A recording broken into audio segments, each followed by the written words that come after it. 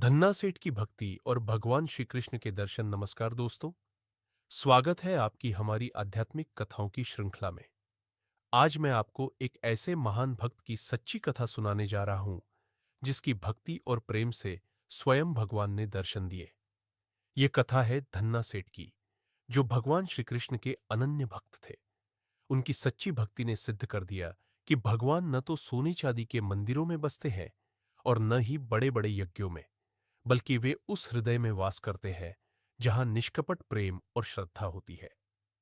धन्ना सेठ का जीवन परिचय। धन्ना सेठ का जन्म 15वीं शताब्दी में राजस्थान के टोंक जिले में हुआ था। वे एक साधारण किसान परिवार में जन्मे थे, लेकिन उनका हृदय भक्ति से ओतप्रोत था। वे बचपन से ही दयालु और सरल स्वभाव के थे। अपने गांव के अन्य लोगों की तरह वे भी खेती-बाड़ी करते थे, लेकिन उनके मन में ईश्वर के प्रति अटूट श्रद्धा थी। उन्हें अक्सर यह सोचकर चिंता होती थी कि ईश्वर की प्राप्ति कैसे की जाए। वे हमेशा भगवान के साक्षात दर्शन की अभिलाषा रखते थे। भक्ति मार्ग की ओर पहला कदम। एक दिन धन्ना सेठ के गांव में एक संत महात्मा पधारे। वे भगवान श्री कृष्ण के अनन्य भक्त थे और उन्होंने गांव में प्रवचन दिए। उनके प्रवचन सुनकर धन्ना बहुत प्रभावित हुए और उन्होंने संत से ईश्वर प्राप्ति का उपाय पूछा। संत महात्मा ने उन्हें एक शालिग्राम शिला भगवान विष्णु का प्रतीक दी और कहा, इसे भगवान मानकर सच्चे हृदय से पूजो, भगवान तुम्हें अवश्य दर्शन देंगे। धन्ना सेठ ने बड़ी श्रद्धा से वह शिला अपने घर में रख ली और नित्य उसकी पूजा करने लगे। वे पूरी भक्ति और प्रेम से शालिग्राम का स्नान कराते, फूल चढ़ाते और भोग लगाते। साधारण भक्ति, असाधारण प्रेम। धन्ना सेठ को यह ज्ञात नहीं था कि शालिग्राम एक प्रतीक है और भगवान को भोग लगाने का अर्थ केवल उनकी सेवा और प्रेम दर्शाना है। उन्होंने निष्कपट भाव से यह मान लिया कि यदि भगवान उनके साथ है तो वे उनके द्वारा दिया गया भोजन भी ग्रहण करेंगे। एक दिन धन्ना ने बड़े प्रेम से भगवान के लिए भोजन बनाया और शालिग्राम के समक्ष रख दिया। वे पूरी श्रद्धा से हाथ जोड़कर बैठे रहे, लेकिन भोजन ज्यों का त्यों पड़ा रहा।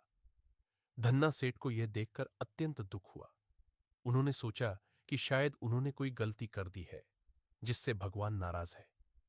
वे रोने लगे और करुण स्वर में बोले, प्रभु, यदि आप मेरे सच्चे भगवान हैं तो कृपया इस भक्त का भोग स्वीकार करें। अगर आप नहीं खाएंगे तो मैं भी अन्न ग्रहण नहीं करूंगा।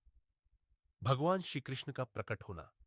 धन्ना सेठ की सच्ची भक्ति देखकर भगवान श्री कृष्ण स्वयं प्रसन्न हो गए। अचानक शालिग्राम से एक दिव्य प्रकाश प्रकट हुआ और भगवान श्री कृष्ण अपने साक्षात रूप में धन्ना के सामने खड़े थे। उन्होंने मुस्कुराते हुए प्रेम पूर्वक कहा, धन्ना, तुम्हारी भक्ति ने मुझे अत्यंत प्रसन्न कर दिया है। तुमने मुझे अपने सच्चे प्रेम से बुलाया है, इसलिए मैं स्वयं तुम्हारे पास आया हूं। धन्ना सेठ ने जब भगवान के दर्शन किए तो उनके हृदय में अनंत आनंद उमड़ पड़ा।